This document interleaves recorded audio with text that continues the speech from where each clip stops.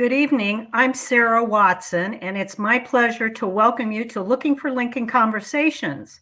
Tonight, we bring you episode 1 of a 3-week series featuring excerpts from the musical play The Spirit of Lincoln, recently performed by the Springfield Theatre Centre. The Spirit of Lincoln, written by Illinois native Ken Bradbury, explores the lives of people affected by Lincoln's spirit and ideologies while exploring the themes of friendship, bravery, racism, and social justice that are still relevant today. The viewer is invited to experience firsthand the lasting impact Lincoln had on his Central Illinois communities and beyond.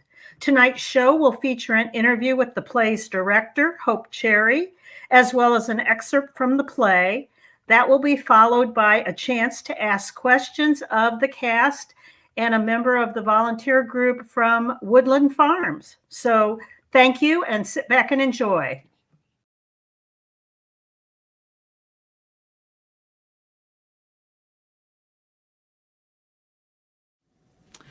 Good evening. My name is Heather Wickens, Program Manager for Looking for Lincoln.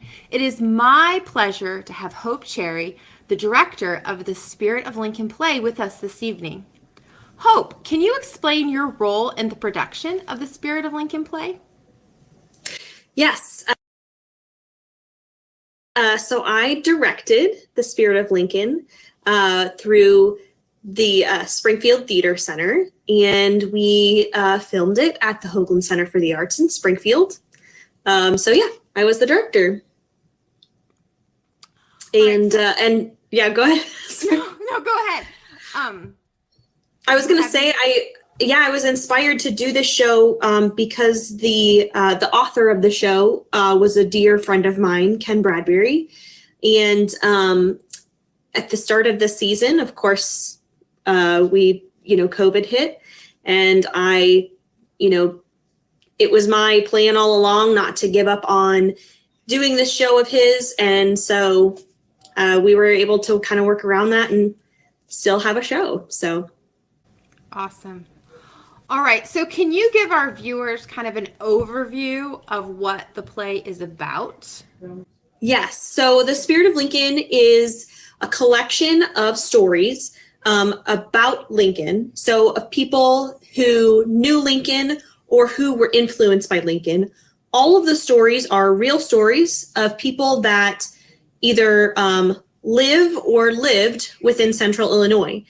So these stories were collected either through interviews that Ken Bradbury had done when he originally wrote the show in 2008 and performed it in 2009.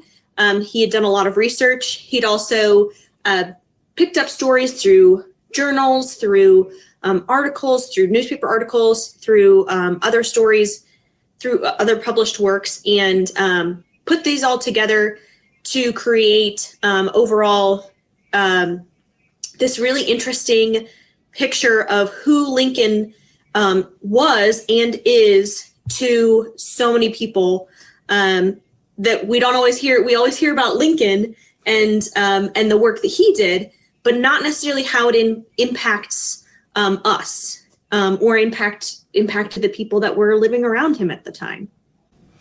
And were the stories he gathered local stories? Yes, so they all came from somewhere within Central Illinois. A lot of the stories come from Jacksonville. We've got a lot of stories from Springfield, Petersburg. One of the stories is from a boy that grew up in Peoria, or that lived in Peoria. We had another, one of the stories was a man that came up to Jacksonville from Alton, actually from the South, then came through Alton, then came to Jacksonville. So there's a lot of, like, as you watch the show, or as you hear some of the stories, there's a lot of mentions of these little tiny towns that still exist to this day. So some bigger towns like Springfield, people all know Springfield, but other smaller towns too. Yeah, other towns that people, New Salem obviously was a big influence on who Lincoln was. So even though New Salem's not around as a town today, we do have, like I said, there's some stories from Petersburg. So. Yeah, but you can still go visit New Salem, so technically it's kind of still around. It is around, yes. Yeah. Okay, so you put on a show during a pandemic, and that must have presented all sorts of challenges that you've never faced in doing a show before. So can you kind of share a little, like some of those challenges were? Yeah. So the biggest thing when the pandemic hit, we were kind of in the planning phase. Springfield Theatre Centre had already decided on their shows, hadn't announced their season yet, but had decided on their shows and had come to me as a director and started going to each of the directors and saying, what do you want to do? What do you want to do? Well, the challenge for most shows are that you have huge licensing, that you have to be aware of. So you can't go out and do Beauty and the Beast and put it out online because, you have to, you've got, copyright issues and things like that. So the really great thing about Spirit of Lincoln is was written by a local guy, Ken Bradbury, and Roger Wainwright, who did the music, still around today. I had approached the Ken Bradbury Foundation and said, hey, we still want to do the show, but we want to take it out. The Springfield Theatre Centre is kind of playing around with the idea of putting it online. Are you okay with that? Ken Bradbury Foundation said, yes, absolutely. Anything to get Ken's work still out in the community, we want to do. So I was really fortunate to have those two organizations being on the same wavelength as myself. So, Springfield Theatre Centre said, let's do something to keep theater alive in the area because otherwise people are not going to have theater right now. And then Ken Bradbury Foundation saying, yes, we'll make sure we give you the rights, as long as you credit, Ken Bradbury Foundation. And so that in self, like even pre-rehearsals, all of that was its own like little bit of a challenge. Can we even do this? So when it came to doing rehearsals, of course, we held the show, we held rehearsals and filmed the show in the Hoogland Center for the Arts, which was pretty much closed at that time to most of the public. So we had worked it out with them and with Springfield Theatre Centre to be able to get in there and do rehearsals. We had really strict guidelines that STC had put in place that everybody had to follow. So, you had to come to rehearsals with your mask on. You couldn't take it off. We had to maintain distance. Even when you're singing, there is songs in the show. So even when we're singing, we're going to keep those masks on. We're going to maintain distance, things like that. So kind of being creative with how do we keep people safe and still make this show worthwhile for people to watch. And so when we actually film the show, you'll see some people, some of the cast members and dancers kept their masks on for certain scenes because it didn't really make a difference. Honestly, you probably won't even really, we're so used to seeing each other with masks on that it probably won't take you out of your element. But a lot of people we had said we'd like people to take their mask off for the scene that you're performing and then put it right back on. So they literally would just take it off. They'd put it in a pocket, they'd hit record on the video, and then we would do the scene. And then as soon as the scene was over, they would put it right back on. So, we really did what we could to keep everybody as safe as possible. Even though you'll see the show and you'll be like, I can't believe everybody doesn't have masks on. It's like, well, we went through a lot to make sure that it was as safe as possible for all of our actors and our crew and our not just the cast, but the crew as well. So. Well, sounds like it was challenging, but you overcame it for your love and passion for the show.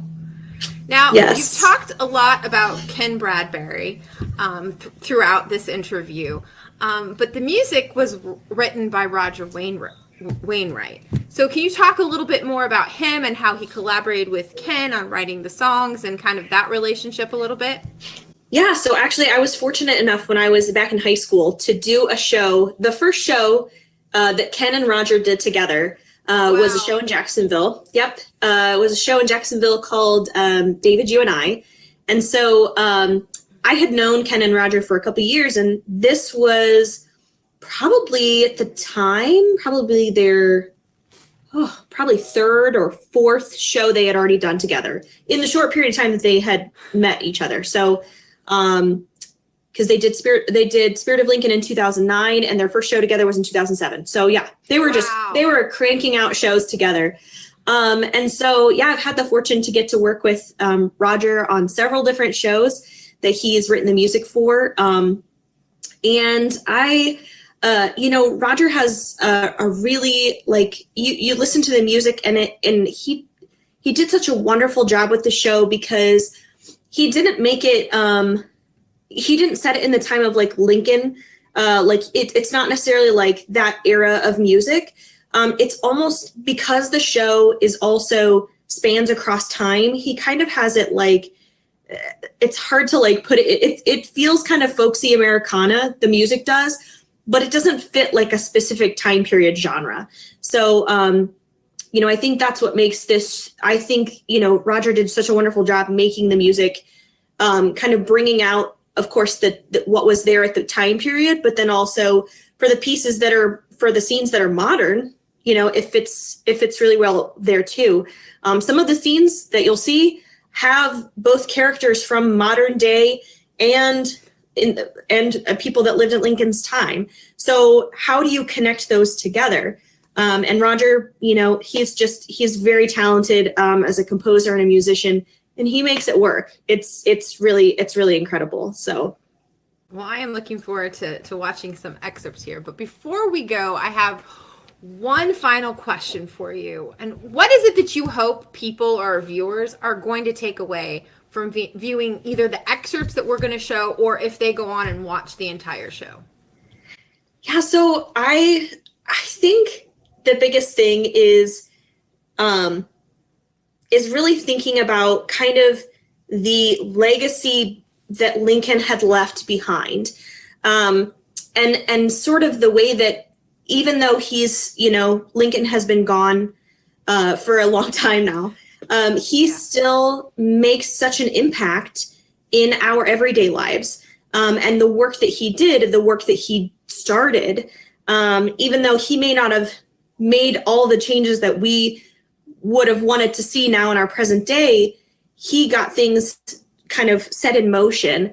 And, I think his personal life is inspiring, coming a nobody, basically coming into, becoming the president. But I think what I take from it is the impact that he has on individual people, and the way that has influenced their lives, their behaviors, the choices that they make, the decisions to be better people within their community, with their neighbors, with the people that are around them, because of the things that Lincoln did. You don't have to be the president to make an impact. But Lincoln certainly influenced people who are now influencing the people that live around them in just their everyday lives. And I think that's what I see as kind of the most important kind of thread that connects the whole show, is that spirit that he left behind, and this kind of living legacy that Lincoln still has, not just in Central Illinois, but beyond as well. Yeah, literally worldwide. So. Yes. Okay, Hope, thank you so much for sharing with us this evening. I am looking forward to watching excerpts of Spirit of Lincoln over the next couple of weeks. And our first excerpt is going to start in just a few moments.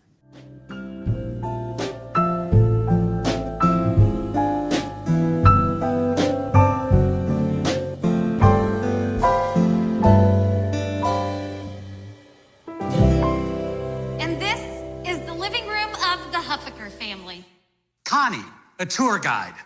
Michael and Jane rode by horseback from Kentucky and bought some land just east of Jacksonville, with a cabin for themselves and then 4 more cabins for free Black families. The Woodland Farm between Jacksonville and Springfield. It was in this room where they brought the Black woman and her baby, both terrified, and the 2 Black men. Their daughter, who would tell the tale many years later, their youngest daughter stood at the top of the staircase and saw the slaves in her living room. Go to bed, But she had seen them. The next day, she went running around the entire farm looking for that little baby. But no one would talk. You never spoke of the Underground Railroad. Social activism. There was a congregational pastor, a very liberal congregational pastor, who, well, I remember as a little girl going with him when he was asked to speak in a black church. Well, it was my first experience with amen and preach it, pastor. Well, then I married a pastor who, well, we used to take these long walks, and he turned out to be very liberal. Marry a tour guide. I went to a Quaker school and got into the civil rights movement in the 1960s. Well, they called and asked if I would accept a foster child of mixed racial background. Well, I said, sure. Oh, I got a phone call from this old lady. You see, she said, do you realize how embarrassed your other 4 children will be to have a black sister? Well, I told her if they did, then I done a poor job of raising kids. The Fugitive Slave Act. If you were caught helping a slave, it was prison term and a $1,000 fine for each slave you helped. No jury, just a magistrate who was paid $5 if you were innocent and $10 if you were convicted. But in Jacksonville, there was a black man. There were these 2 boys following my daughter home. I saw them, and she stopped on the sidewalk and stuck her tongue out at them. Well, I told her to stop that and get in this house right now. And I asked her why she did that. She said, they called me the N-word. But don't worry, I called them honkies. Means the same thing. I knew right then I had a strong little girl. But already she had learned to fight hate with hate. I didn't become a slave. I was born into the privilege.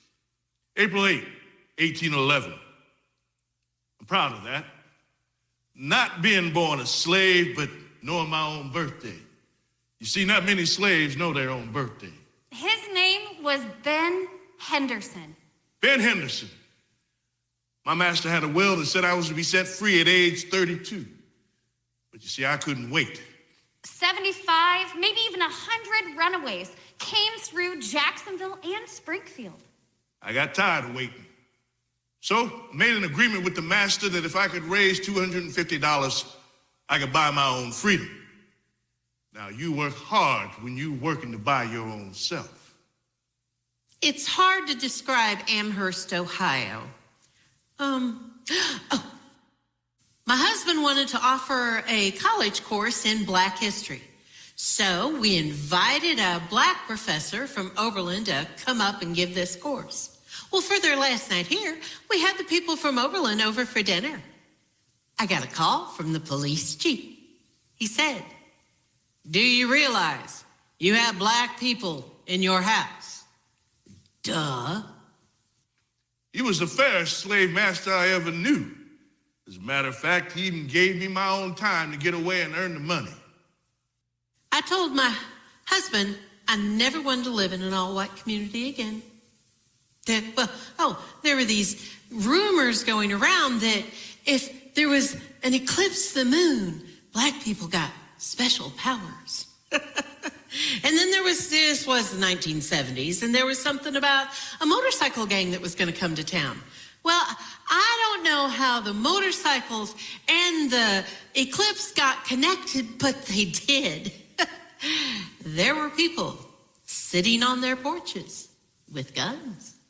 The Huffakers bought 160 acres at $1.25 per acre, then had 18 kids. If he'd have been caught with just those 4 slaves, it would have been the price of 20 farms, and with 18 kids at home. So, I went on down to New Orleans in 1835 to earn me some money. Now, I got the money, and I told the master I'd meet him down there in Jacksonville. I paid him the $250, but then we still had to go back to Kentucky to sign the legal papers. And that's when we ran into trouble. Told my husband I never wanted to live in an all-white community again. Maybe a college town. So we found Jacksonville. 2 colleges and a vital black community. He said, "How about it?" I said, "That'd be great." So I went to the river and headed back to Kentucky. In some ways above Alton, the river froze up. We was 20 miles from any place. Some fella came along and asked to take us to Alton for $25 apiece. But that wasn't where I was going to spend my money. You see, I had me a pretty girl waiting for me in Kentucky. So we took off walking, 3 of us. No tracks in the snow to follow, no boots. My feet froze all the way down, and my toenails came off. Then another fella asked if I wanted a place to stay. When I give the tours of the Underground Railroad house, I always think about why. Why would they do this? Why would they take the chance? And I don't know. So I ask myself, would I have done this? Would I? Heck yeah. The landlord offered to pay me $25 a month to cook. Now, I had never cooked before, but for $25 I learned. And I did. And then he offered me $35 the next month. And then $40. But I had my mind on Kentucky. So I signed my papers, married my wife, a free woman, and we headed back to Jacksonville. Ben Henderson did. A black man, and one of the real powers of the Underground Railroad. For a white man to take the chance was one thing, but for... Oh, I took chances, all right, but you see, I didn't hide that many myself. You see, my house was the first one that they always searched. But I was the man they came to in Jacksonville over in a park called Africa. I guess I was sympathetic to the cause and knew those who were, you could say. 1968, Cleveland had a program bringing inner city kids to the suburbs to see what it was like. Well, we were having dinner and my daughter asked if the kids would be black or white. And my son, who was about 8, said, "If the kids are black, they can't sleep in my bed." I was hurt. I mean, it hit me that I wasn't the only influence on my children's lives. So if you want to know how fast you can get from Jacksonville to Springfield with a wagon load of fugitives and 2 fast horses, well, the answer, 4 hours. A few days later, Martin Luther King was killed. That night, as I put my children to bed, my son asked why Dr. King was killed. I tried to explain to a small child something about race and color and why some people hated him. When he got up the next morning, he said, "Mom, if the kids are black, they can sleep in my bed." Margaret Garner, a slave woman with 4 children who escaped from Boone County, Kentucky, but her master found her. She vowed she would never let her children know the horrors of slavery.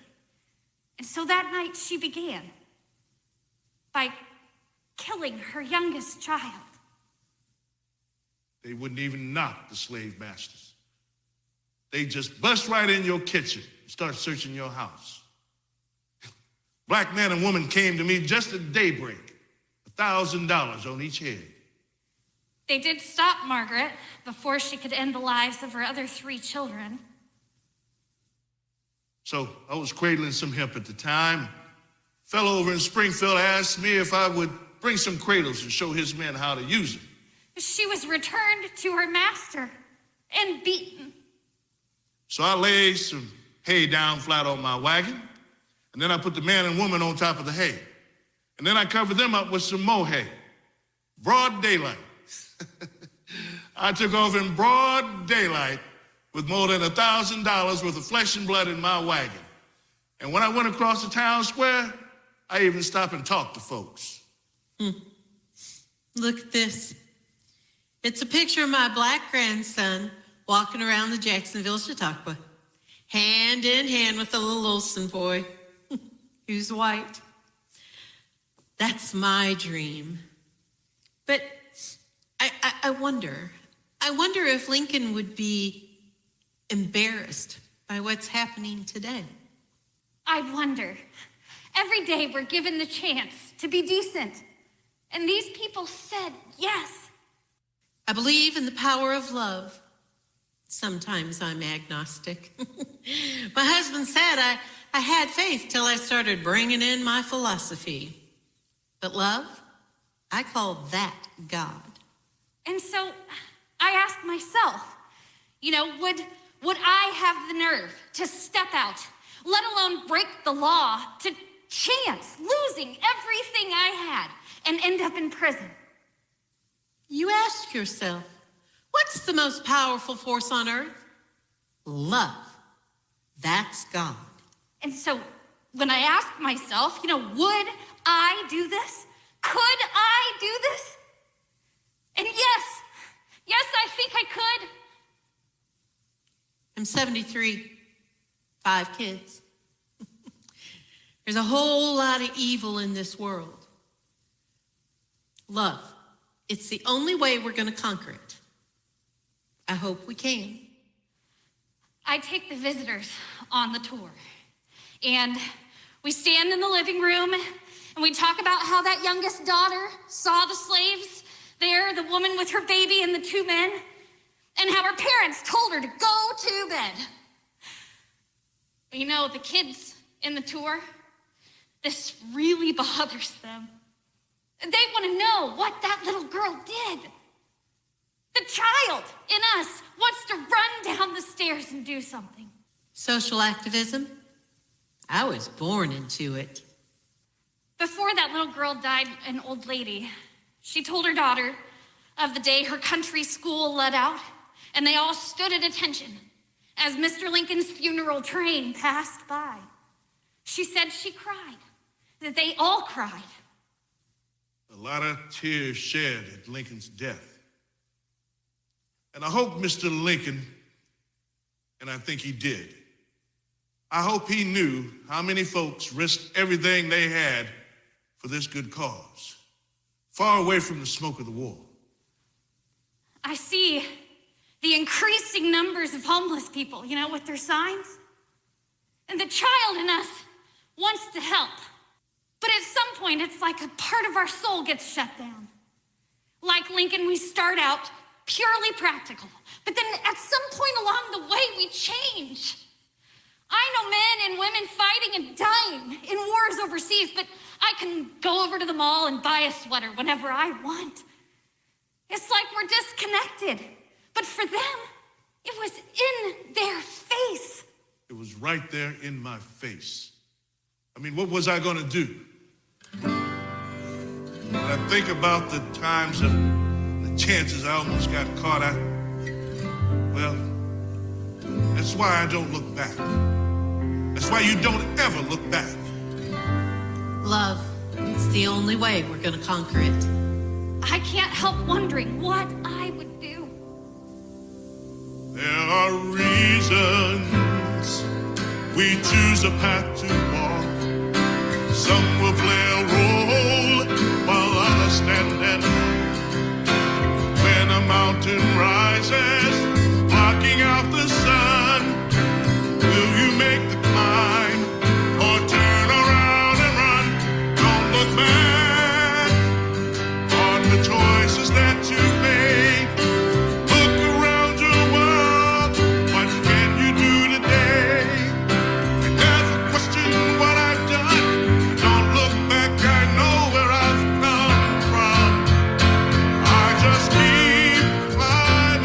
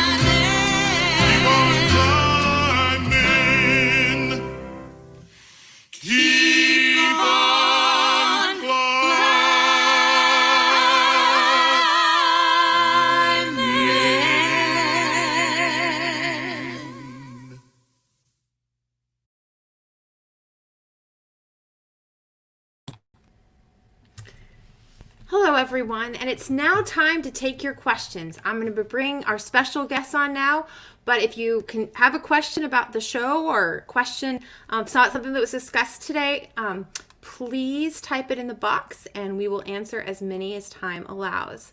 This evening, I'm joined by 3 special guests. Hi, Shelley. This is Shelley Flickinger. She's joining us today. She was one of the actors in the show. We have Betsy. Hi, Betsy. How are you? Thank you for joining us. And we have Terry.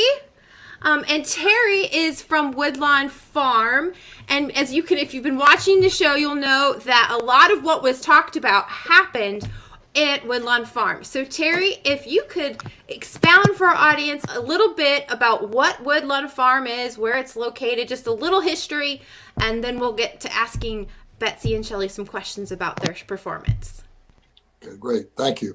Woodlawn Farm was founded in 1824, and you have to put that in perspective. Jacksonville did not exist in 1824. It's basically, to be honest with you, it's not only the Underground Railroad, but it's a history of a family that came to a point in their lives that they felt that they had to do something about what was happening in the world, and they were brought to the Underground Railroad as part of their family ideas and ideals that they needed to do this. It's a neat history. We're about 3 miles east of Jacksonville.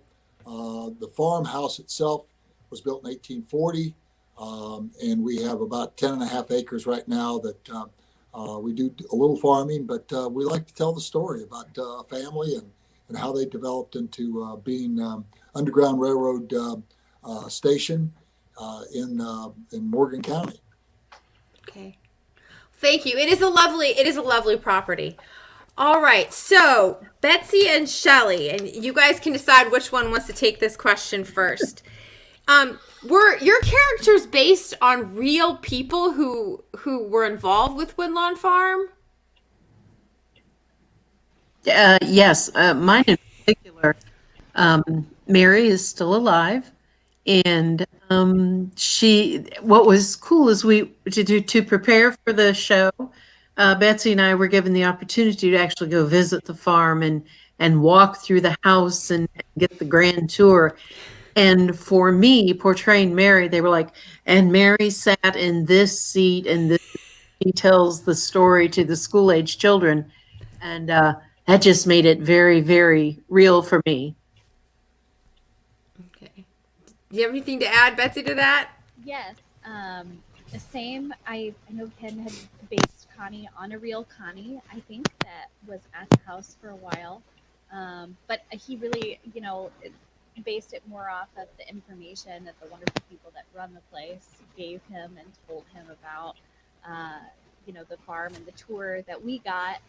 It was pretty cool to hear from the people that are there all the time and knowing the story that I get to tell on stage is the real story. So it was a really unique experience. And I know Shelley and I had so much fun going and getting to be at the actual place. That helped us out a lot. A field trip. Yeah. Okay. Well, here's our first question from the audience. Okay. This is from Springfield, Illinois Theater. Why did you want to be involved in this production? Betsy, you can go first this time. Okay. So I wanted to be involved because of the fact that, first of all, Hope Cherry was directing, and she's just a joy to be around. Second of all, it was a show that I feel was going to be really relevant for what we were going through, I guess, in a way. It was such a great story to get to be a part of. So, and not to mention the music by Roger Wainwright. It was just kind of one of those once in a life. Hey, Betsy, can you adjust your microphone a little bit? Yes. Thank you. Yes, better. Sorry about that. But no, it was just, it was a very unique show to get to be a part of, which is what drew me into wanting to be a part of it. You know, not only the story, but the experience as a whole, and getting to do it during the pandemic. It was kind of like, okay, well, let's see how this goes. A very unique experience. Yes. Yes, and I'll add, for me, it was kind of a double-edged thing. First of all, I'm Petersburg bred, born, and raised, so I worked at New Salem when I was in high school. The house that I live on is only a block away from the survey point where Lincoln started surveying the town of Petersburg. So I live in a lot that was surveyed by Lincoln. And finally, I just love Ken Bradbury. Biggest joys of my acting career was playing his wife in a show that he wrote. To that, I will say, Max, I love you. Now move with your feet. I always have to say that in reference to Ken. That's a line from the show. Okay. All right. Here is another question from the audience. Steve would like to know, what were the challenges in filming during the pandemic? You want me to take that one, Shelley? Well, I'll start it. I think the biggest thing was theater people have a tendency to be huggers. And so having to keep the 6-foot distance was quite difficult on many of us, because we would typically be hugging each other. One of the rehearsals that I remember the most was when Hope brought in a 6-foot-long stick and made sure everybody was the right distance apart. So it's a little different because of that, but it was a joy to do. So. Yeah, I have to agree with you, Shelley. That had to be the biggest challenge. You know, everything else was so well planned out, and we had such an amazing group of people supporting and painless. But it was the camaraderie and family hugging each other and welcoming each other, you know, with each other's arms. That was probably the biggest struggle, for sure. Yeah. Okay. Here we go. Here's another question. All right.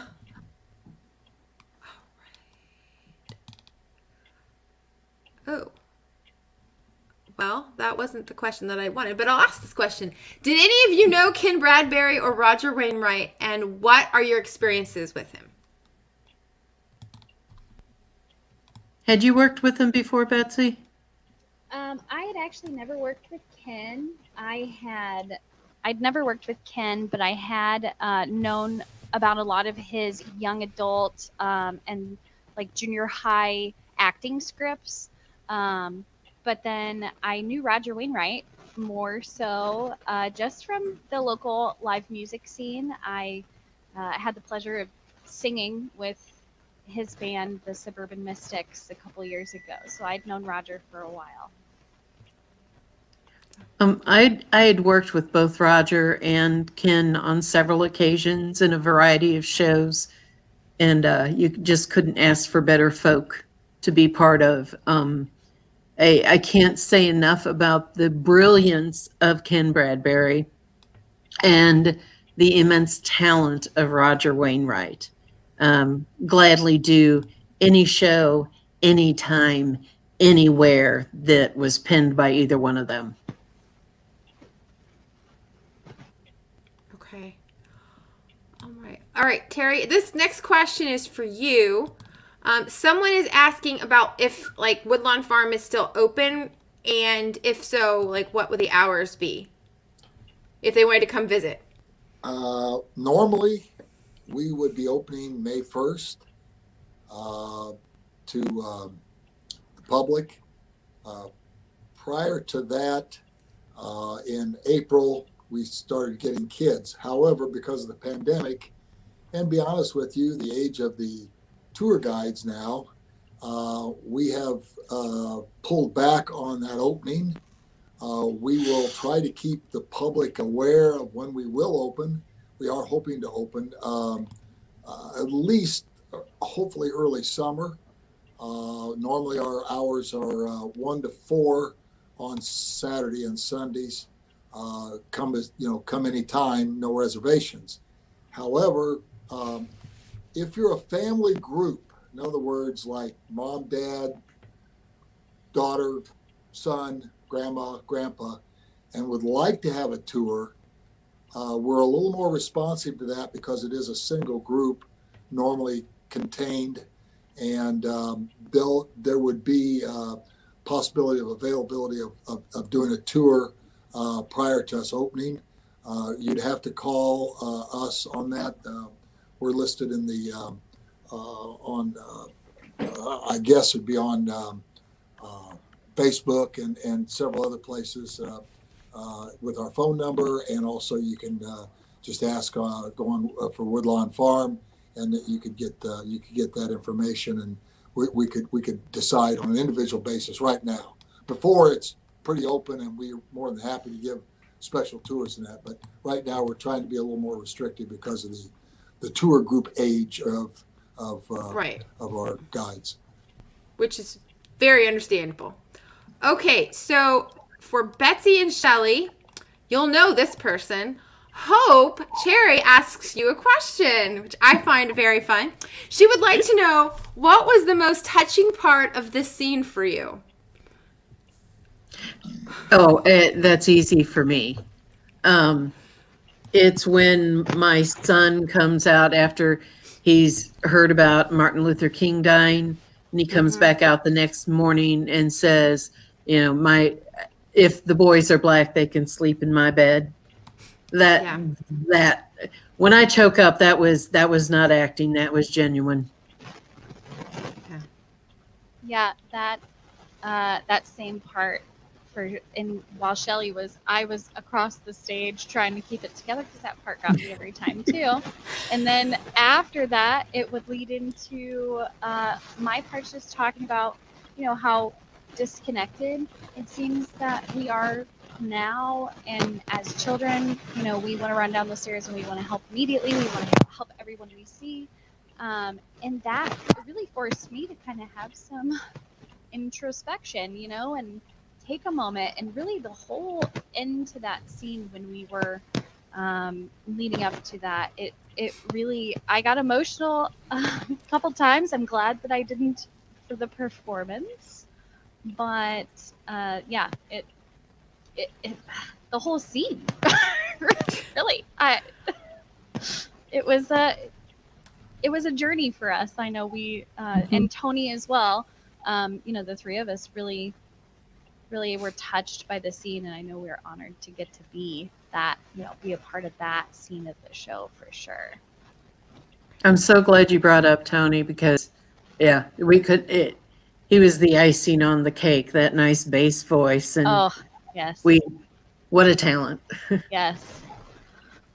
Okay, here's our next question, and this one's from Springfield Theatre. What's going to surprise people about this show? That you can be moved from this is what I love about Ken Bradbury. He can take you from laughing to tears in the flip of a dime. It's just it's an emotional roller coaster in a very good way. Yeah. I think what surprised me, I guess, when I watched it when it was originally streamed, was just kind of the beauty of these they were really simple scenes, and the set was so well designed, and the lighting was so beautiful, and just all the special effects. And once we saw it, on a screen and not on that stage, that I think is what took me aback the most, watching it back, and viewing it when it was originally aired, and then after that, the effects were just gorgeous. And I think when you add in how all of the other actors embraced their characters too, and it's because it was so well written, it's easy to take on those characters and build on them so much and make them real. Absolutely. because they were, they were real. Yeah.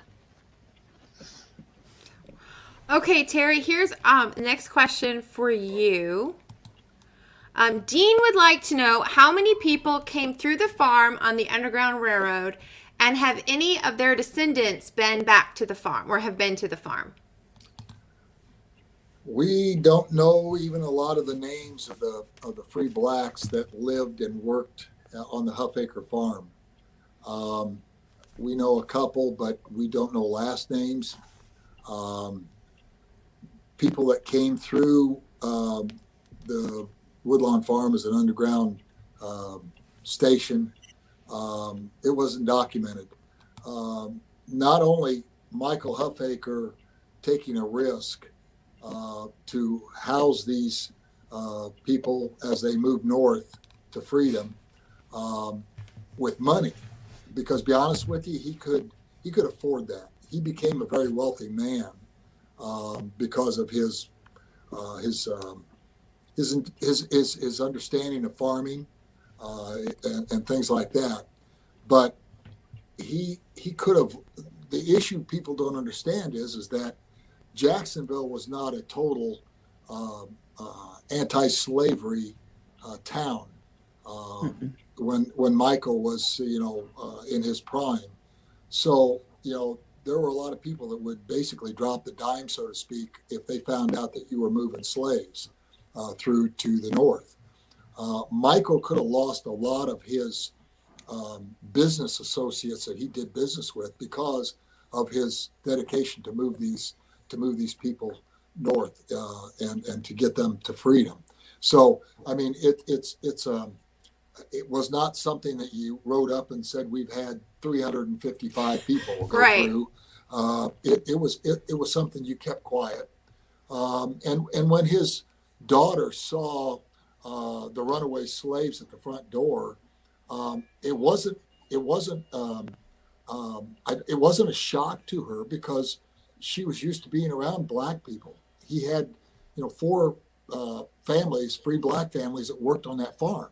They could leave at any time. They made money from Michael Huffacre. So it was not an unusual thing for his children to see that.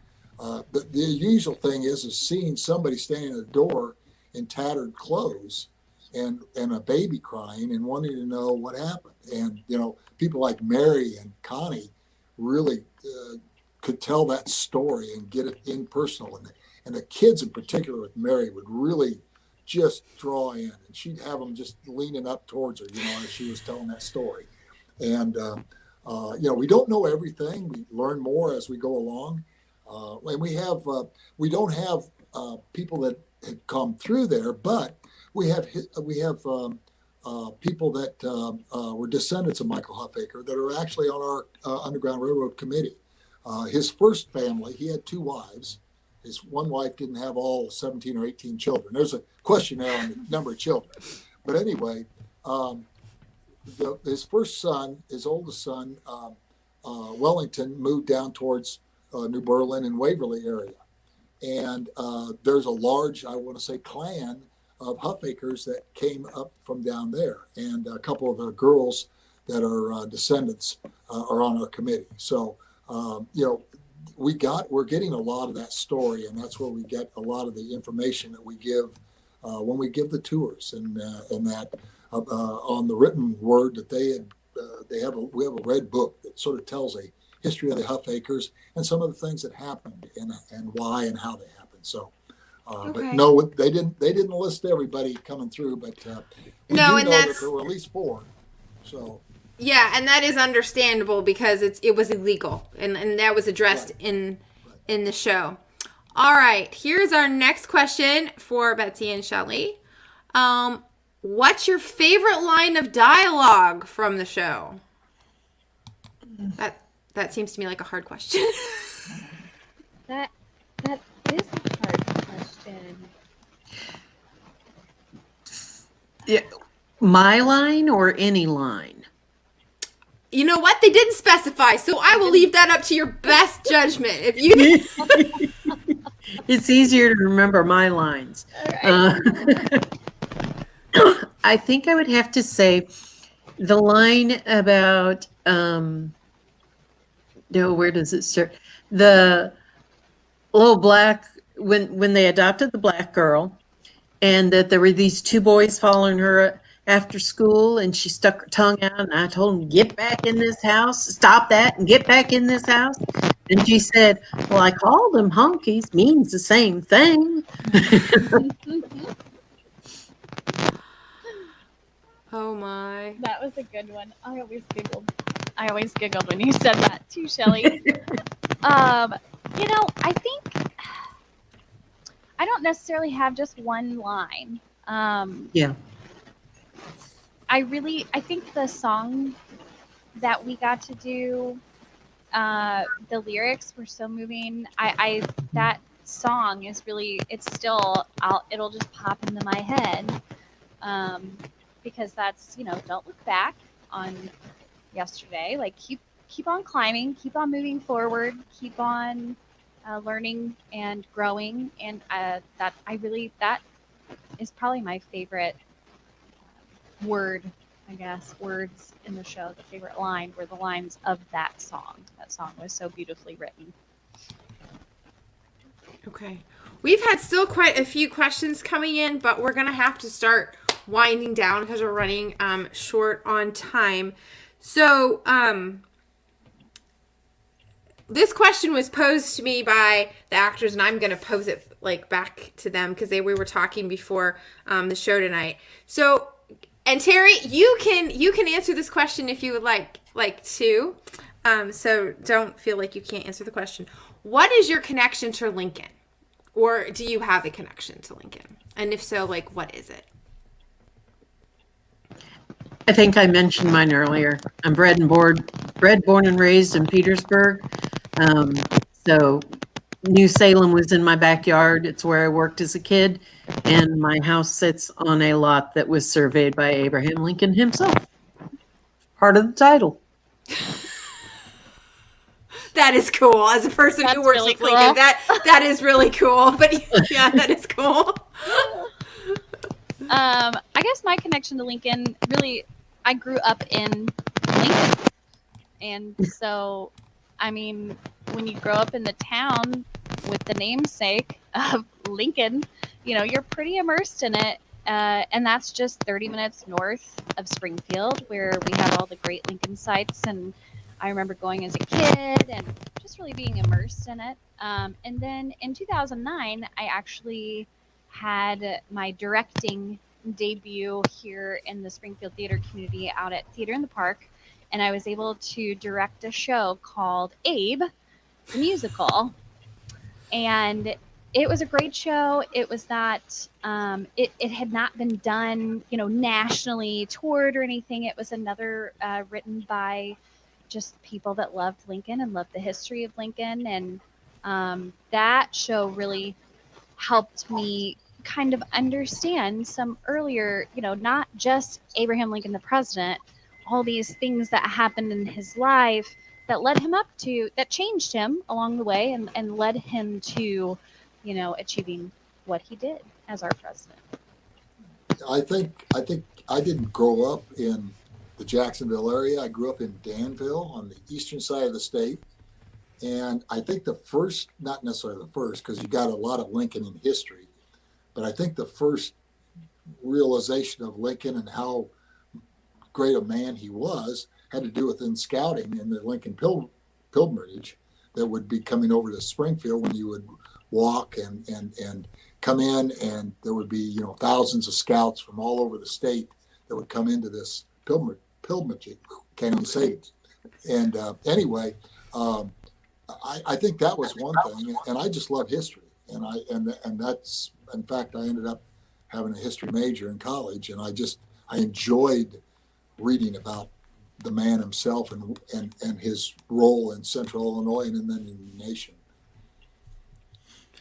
Well, thank you guys so much. We did have a question in the comments about where you can watch the whole show, and if you look in the comments, We've posted it on our Facebook comments. It's at showticksforyou.com, and there's a link and everything. You can click on it to watch the entire show. We'll be back the next 2 weeks with more cast members and more excerpts from the show. So we hope you will tune in next week. And thank you for joining us this evening. Thank you to my wonderful compatriots on air with me tonight to answer your questions. And we will say good evening.